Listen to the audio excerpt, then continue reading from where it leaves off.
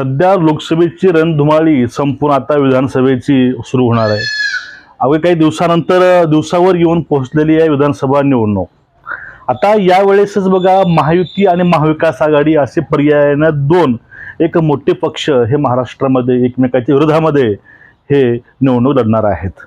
आता विषय कुठला आहे? विषय आहे अजित पवार गट, त्यानंतर शिंदे गट आणि भाजप ह्या तिघांची युती सध्या महाराष्ट्रामध्ये एक मोठी युती अशी बनलेली आहे। आणि शरद पवार गट, ठाकरे गट आणि काँग्रेस यांची एक युती आहे। आता यावेळेस बघा, शिंदे सेना आणि अजित पवार गट ह्या दोघांमध्ये नेहमी कुरबुर ही चालूच असते। आणि ते काय आज नाही, ते तुम्ही नवीन ऐकत नाही, हे नेहमी घटना किंवा हे बातम्या येतातच की शिंदे गटांची आमदारांनी हे त्यांना बोललं, त्यांनी हे बोललं। कारण अजित पवारांचं आणि शिंदेंचं पूर्वीपासूनच काही वैचारिक मतभेद असतील। पण आता हे एक दोन दिवसामधलं मॅटर असं आहे, अमोल मिटकरी आणि राज ठाकरे या दोघांमधील जे शीतयुद्ध चालू आहे ते नेमकं हे प्रकरण काय आहे, हे कसं झालं आणि नेमकं काय चाललं आणि त्यामध्ये शिंदे कसं अडकत चाललेली आहेत किंवा शिंदेंचं नाव कसं मिटकरी हे घेतात, आपण ह्या व्हिडिओतून मित्रांनो बघणार आहोत। बघा, आता काय झालं होतं, सध्या महाराष्ट्रामध्ये जोरदार पाऊस चालू आहे, त्यामुळे पुण्यामध्ये सुद्धा हे पाणी हे शिरलं होतं, पुणे हे पाण्यामध्ये होतं। मग अशा वेळेस राज ठाकरे यांनी स्टेटमेंट दिलं होतं आणि त्या स्टेटमेंटवरती मिटकरीने स्टेटमेंट दिलेलं आहे नवीन। आणि ह्या दोघांचे क्रिया आणि प्रतिक्रिया यावरती मनसैनिक हे तापलेले आहेत। हे दोघं एकमेकाविषयी काय बोलले किंवा ह्या वादाला सुरुवात कुठून झाली, आपण ह्या व्हिडिओतून बघू। तुम्ही काम करा, तुम्ही हे क्लिप बघून घ्या, तुम्हाला याचा अंदाज येऊन जाईल। पण उद्या अशा प्रकारचा पाऊस पडल्यानंतर ज्याला गेट्स ओपन होतात, ती गेट्स ओपन झाल्यानंतर लोकांना याचा त्रास होणार नाही, या प्रकारचं कोणतं प्लॅनिंग आपल्याला करता येईल? आज जर समजा मुख्यमंत्री उपमुख्यमंत्री दोन आहेत, एक तर पुण्याचेच आहेत, बरोबर ना? म्हणजे ते नसताना पण धरण वाळलंय, एवढं पाणी पडलं। आता मला असं वाटतं की त्यांनी ह्याच्यामध्ये लक्ष घालायला नको का? दिलेला शब्द पाळणाऱ्या अजितदादांबद्दल सुपारी बहाद्दरांनी बोलू नये। कारण हे सुपारी बहाद्दर टोलनाक्याचं आंदोलन असेल, भोंग्याचं आंदोलन असेल, आणखी कुठलं आंदोलन असेल, ते जीवनात कधीच सक्सेस करू शकले नाही। विश्वासार्हता या व्यक्तीची संपलेली आहे आणि राजकारणात महाराष्ट्राच्या आतापर्यंतच्या इतिहासात सर्वात अयशस्वी ठरलेल्या व्यक्तींनी अजितदादांच्या कार्यकर्तृत्वावर प्रश्नचिन्ह निर्माण करणं म्हणजे हे सूर्याला वाकुल्या दाखवण्यासारखं आहे। पुण्याचे पालकमंत्री अजित पवार हे आहेत, त्यामुळे त्यांनी निशाणा साधला होता अजित पवारांवरती आणि त्यांचे एक आपला नेता म्हणून त्यांचा पाठराखण करणे किंवा त्यांच्या सपोर्टमध्ये हे मिटकरी आले आणि त्यांनी सांगितलं की सुपारीबाजांना हे बोलण्याचा अधिकार नाही। आणि यावरूनच काय झालं, कर्णबाळा जे एक नेते आहेत मनसेचे, त्यांनी एक स्टेटमेंट दिलं, त्यांनी सांगितलं त्यांनी बोलले काय, कुणाविषयी बोलले आणि कुठल्या भाषेमध्ये बोलले, त्यामुळे हे प्रकरण पुढे घडत गेलं। तुम्ही कोळसे बघून घ्या। मूर्खा, टॉयलेट मध्ये लपलास, सगळ्यांना सांगतो मी बाहेर आलो नाही, अरे लपलास तू टॉयलेट मध्ये। मी जर तिथे असतो ना, माझं नाव टाकलंस काय हरकत नाही, मी तिथे असतो ना, तुला तुझी अवकात दाखवली असती। आणि ऐक, राष्ट्रवादीच्या तुझ्या चेंबूरच्या लोकांना विचार मी कोण आहे, समजलं काय?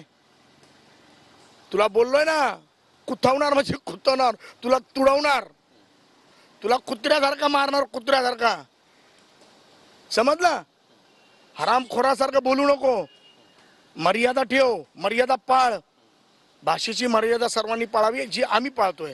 आम्ही अकोला येथील विश्रामगृहामध्ये ज्यावेळेस मिटकरी होते त्यावेळेस त्यांच्या गाडीवरती हल्ला झाला आणि ते हल्ला अकोल्यामध्ये त्याचे जे कार्यकर्ते आहेत मनसैनिकाचे, त्यांनी हल्ला केला आणि त्यामधील साबळे हे त्यातील प्रमुख होते।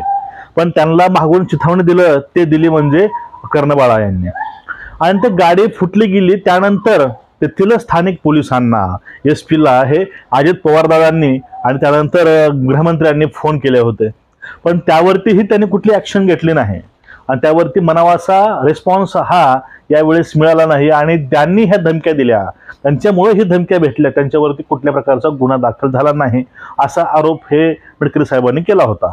आणि अशा वेळेस बघा, एक आपला कार्यकर्ता म्हणून, आपला आमदार म्हणून अजित पवारांनी फोन केला, फडणवीसांनी पण आपलं गृहमंत्री काम म्हणून त्यांनी फोन केला, तरीही त्यावरती ॲक्शन, पोलीस तिथे ॲक्शन मोडवरती काय येत नाही।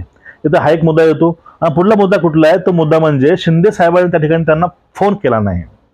म्हणजे आंबेडकरांच्या सपोर्टमध्ये त्यांनी तिकडे त्यांना फोन केला नाही.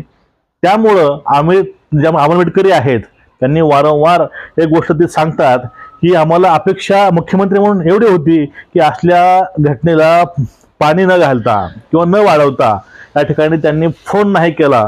यावरती अमोल मिटकरी नेमकं बोलले काय, तुम्ही तोही व्हिडिओ बघून घ्या एक वेळेस. माझी परत एकदा महाराष्ट्राच्या मुख्यमंत्र्यांना विनंती आहे की मुख्यमंत्री महोदय, आपण या प्रकरणाला गांभीर्याने घेतलं नाही.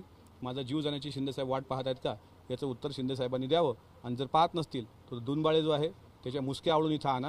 आणि ज्या ज्या लोकांनी आतापर्यंत असे हिंसक आंदोलन चिथावणीत एका आपल्या 23 वर्षाच्या तरुणाचा मृत्यू झाला, या सगळ्या गोष्टीची सखोल चौकशी होऊन सर्व पोलिसांचे CDR काढा. पोलीस कोणाकोणाच्या संपर्कात होते, माझ्या मागणीवर मी कायम आहे. RG हॉटेलला कोण्या पोलिसांनी गळाभेट केला म्हणजे मी सुरक्षित आहे असं नाही होत. पण जर विधिमंडळाचा मी सदस्य असेल तर त्या नियमाने मुख्यमंत्र्यांनी पण चौकशी केली पाहिजे. विरोधी पक्षनेते अंबादास दानवेंनी चौकशी करू शकतात, हे का नाहीत करू शकत? की या प्रकरणावरती एकनाथ शिंदे यांची प्रतिक्रिया काहीच नाही, यांची काहीतरी रिस्पॉन्सिबिलिटी बनते आणि त्यांनी यावेळेस यावरती फोन करायला हवा होता असा त्यावेळेस बघा आरोप म्हणा किंवा एक वक्तव्य हे मिटकरींनी या ठिकाणी केलेलं आहे. आता एवढ्या दोघांचे वक्तव्य आहे तर क्रिया आणि प्रतिक्रियेला ॲक्शन मोडवरती येऊन ॲक्शन घेणं हे चुकीचं वाटतंय. कारण गाडीवरती हल्ले करणं काय गोष्टी असतील ह्या गोष्टी कायद्यानं गोष्टी बरोबर नाहीत. कारण ज्या ट्युनिंगमध्ये ज्या गोष्टीमध्ये कर्णबाळा यांनी वक्तव्य केलं होतं ते पण खूप चुकीचे आहे. कारण शब्दांना उत्तर हे मारानं कसं असू शकतं हे महत्त्वाची गोष्ट आहे. आणि यामध्ये मुख्यमंत्र्यांनी कुठलीही आपली जबाबदारी किंवा त्यावरती स्टेटमेंट त्यांनी दिलं नाही. किंवा जे अजित पवार गटातील कुठले बाकी इतर आमदार आहेत त्यांनी पण याविषयी कुठलंही स्टेटमेंट दिलं नाही. फक्त या ठिकाणी या उडीमध्ये मनसैनिकांचे पूर्ण मनसैनिक या ठिकाणी उडून पडलेले आहेत आणि एकटे अमोल मिटकरी यामध्ये सापडलेले आहेत. एवढं एकूणच असं प्रकरण चालू आहे. पण अशा वेळेस एकनाथ शिंदे साहेब या ठिकाणी ते आतमध्ये काय नाही आले, त्यांनी यामध्ये सहभाग का नाही घेतला, हा एक मुद्दा या ठिकाणी येतो.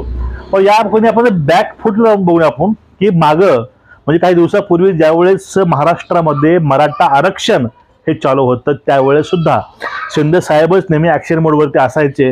आणि ज्यावेळेस शिंदे साहेब ॲक्शन मोडवरती असतील त्यावेळेस अजित पवार गटांचे कोणीही त्यावेळेस बोलत नव्हतं, ते पूर्णपणे गप्प राहायचे, ते कुठलीही प्रतिक्रिया द्यायचे नाहीत.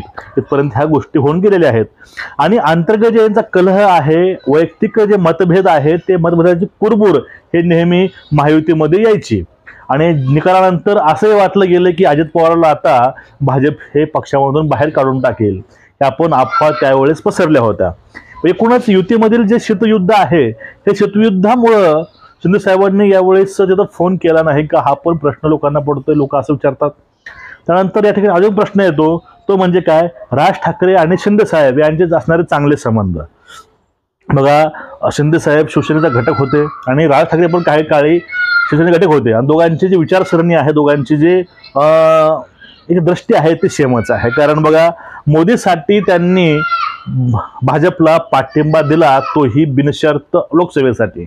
आता विधानसभेसाठी नेमकं वातावरण पुढचं काय होतंय हे खूप पाहणं महत्त्वाचं आहे. त्यापूर्वीच ह्या घटना घडल्या, त्या घटनेला कोणीही समर्थन करत नाही, अशा गोष्टी व्हायला नको आहेत. राजकारण हे राजकारणाने व्हावं, त्यामध्ये फॅमिलीला किंवा कुठल्याही वैयक्तिक गोष्टीसाठी राजकारण होऊ नये सर्वांना वाटतं. पण एकूणच अजून सुद्धा प्रश्न असा पडतोय की एवढ्या प्रकरणामध्ये शिंदे साहेबांना आपली भूमिका का स्पष्ट केली नाही आणि शिंदे साहेब याविषयी काहीच काय नाही बोलले.